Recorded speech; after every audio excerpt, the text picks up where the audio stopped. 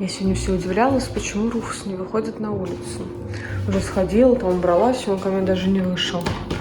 Зашла в комнату, лежит. Я его дергаю, он что-то не встает, думаю, что-то случилось, что ли, у него. Взяла его, выгнала на улицу, потому что мне нужно убраться у него. А он, оказывается, боится идти на улицу, потому что он... Все хорошо, малыш, тебя не обидят.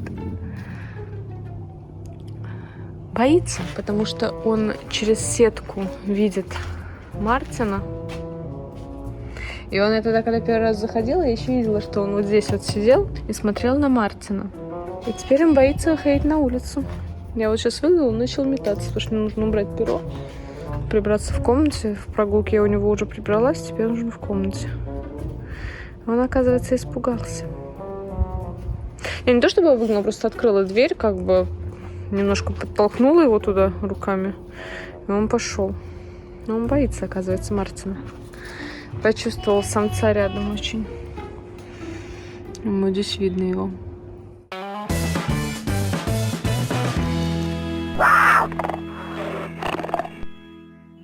Здравствуйте, дорогие друзья. Сегодня Мартин всю ночь повелся где-то в доме. Весь день тоже в доме проводит. Ему не очень там нравится, не очень удобно. Ему, естественно, некомфортно, потому что ему комфортно будет только в вольере. Но нам нужно вливать в него препараты 2 раза в день. И это нужно делать как минимум еще 5 дней. А если мы переселим в вольер, это будет делать нереально. Поэтому приходится здесь жить. Утром он отказывался от еды, продолжал. Мы уже даже думали вечером его наркозить и что-то придумывать там с термошнурами, с чем-то еще, и переделывать перегонку и сажать его в вольер, чтобы он начинал есть, либо как вариант ставить стому, потому что 5 дней нам в любом случае нужно продавать ему антибиотик и другие препараты, но 5 дней не есть это вообще нельзя. Вот. Но днем он съел, правда, маленький кусочек с мою ладошку индейки, согласился поесть. Уже хорошо, я оставила ему еще, больше не ест, так что жду, пока Маша освободится от работы. Если поговорю, я думаю, все-таки мы его оставим в доме, раз он хоть маленький кусочек съел. Может быть, ему сейчас неприятно есть или просто не хочется. Но хотя бы один кусочек съел уже хорошо, то есть запускается пищеварение. Так-то ему действительно может быть либо неприятно, либо больно, либо вообще не хотится есть, потому что у него операция была на желудок, напоминаю, у него прерывная язва была. Поэтому сейчас единственное, что я сделаю, завтра съезжу за сеном и застелю ему еще сено, чтобы ему было мягче лежать. Потому что плед и все такое не подойдет, он, если на него написывает, я, кстати, сегодня не писала ни разу даже, стрессует. Вот из-за того, что он на него написывает, он просто будет лежать на мокром. А это вообще как бы не есть хорошо. Так, вот он, Мартин, пугает Руфуса. Аппарат вечно орет, потому что он утром запутался весь в поводке. Не знаю, как он умудрился ногу обернуть 3 раза вокруг поводка. В итоге я его распутал, но он все равно пережимает трубку, и из-за этого капать его невозможно. Но капали, на самом деле, мы его так ради приличия, чтобы просто катетер не забивался, потому что, в принципе, жидкость он не теряет, ему не особо ничего не нужно вливать. То есть ему главное это давать антибиотики, которые мы тоже даем. Мартин! Серьезно, он тоже смотрит за Руфусом. Главное вливать антибиотики и другие препараты, которые мы тоже вводим через трубку, потому что по-другому никак, его как бы не кольнуть, ничего. На самом деле выглядит таким спокойным, если его тронуть, сразу начинает ругаться. Он сегодня прямо это мне хотел люлей раздавать. Ну, еду я ему разную оставила, вот такой же кусочек он съел, уже один я оставила еще. Ну, по крайней мере, я надеюсь, что он съел, потому что я вообще нигде не нашла. Положила точно такой же. Испариться он не мог, поэтому, надеюсь, он, может, ночью хотя бы поест. Здесь ему явно спокойнее из-за того, что я к нему стараюсь не заходить, стараюсь только вот на еду и на процедуры, потому что, ну, он стрессует, он, получается, здесь загнан в угол, он не как обычно себя чувствует, неуверенно, поэтому я стараюсь ему не надоедать и лишний раз не заходить сюда. Так что уйдем мы от него, не будем стрессовать парня.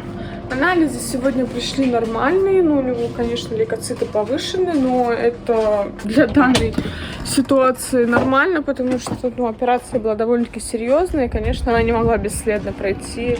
Так что, в принципе, пусть анализы нормальные, но все идет так, как должно идти. Будем дальше наблюдать, как, чего. Я надеюсь, что все заживет без последствий.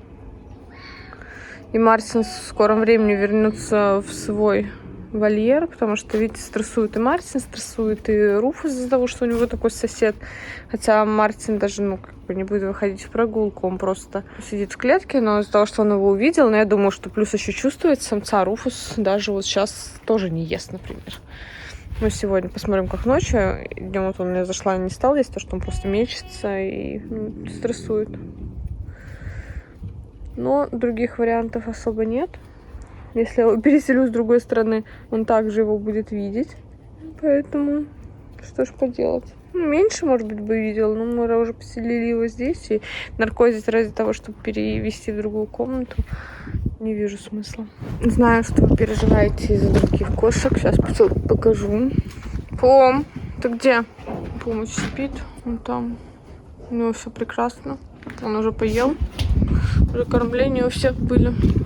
Ну, только что я у них убиралась и кормила. Осталось только у Пумы прогулку убрать и у Симбы вольер. Симба. У Симбы все прекрасно. Кушает курочку. Симба, ты теперь герой на канале. Кровушка поделился. Да, кровные братья, можно сказать, практически. Симба Мартина. Ну, тут все кушают, Ханна кушает. Да. Симба, когда сидел в сумку, у них, получается, были вот эти два вольера, еще здесь Ханна сидит, и всех разделила. Смотрите, как он прогрыз, как пытался к Мартину. Это он не к Хане пытался, а именно к Мартину, чтобы люлей ему дать. Он все время высматривал Мартина и сгрыз дерево. Он-ка здесь что-то поощипала, что особо, видимо, не хочет. Ну, твое право. Чуть поела и ладно. В общем, у всех все хорошо. Здесь сладкие девочку, доку.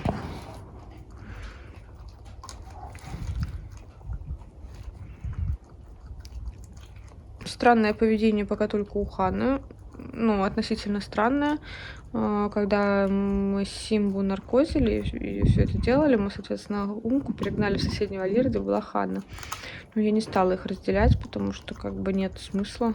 Обычно они нормально все у них. А тут Ханна начала конкретно бычить на Умку. Ну, она вначале, когда была в соседнем вольере, видела Симбу, она бычила конкретно на Симбу. Я думала, что это будет только на Симбу. Но на самом деле она начала и на Умку тоже.